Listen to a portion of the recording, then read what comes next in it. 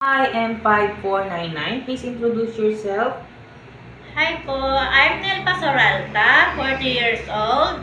I'm married and I'm Christian. I have two kids, son, 7 years old and 1 year and 5 months. And your highest educational attainment. High school graduate. Okay. Since I saw that you have experience being a helper here in the Philippines, tell me about your experience as a helper.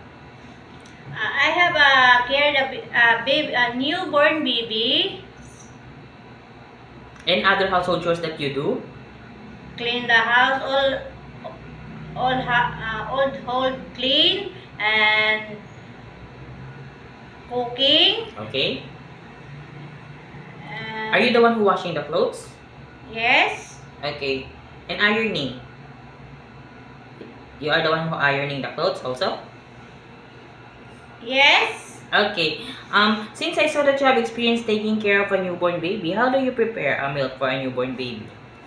First, wash your hands, wash your bottle,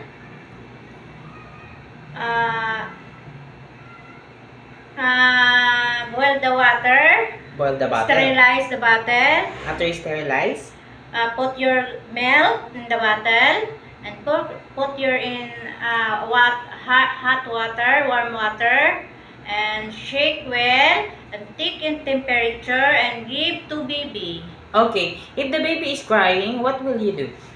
I will check in diaper and temperature. And if the baby doesn't stop to cry after you check the diaper and also the temperature, what will you do? I will call Madam and Sir. So you will call your madam in sir if the Yes. baby doesn't stop to cry.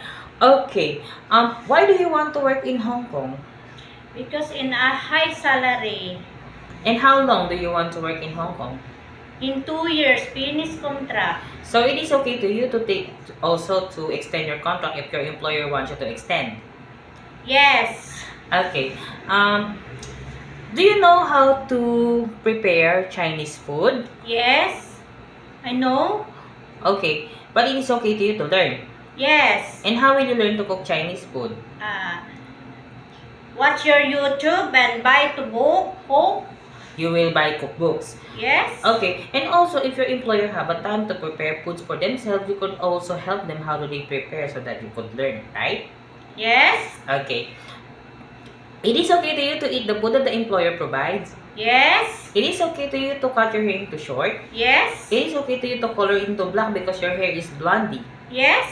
It is okay to you to also taking care of pets. Yes. How about taking care of elderly? Yes. It is okay to you to learn Cantonese if one of your employer's family don't know how to speak English. Yes. Okay.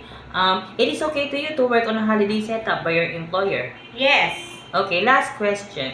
What will be your message for your future employer?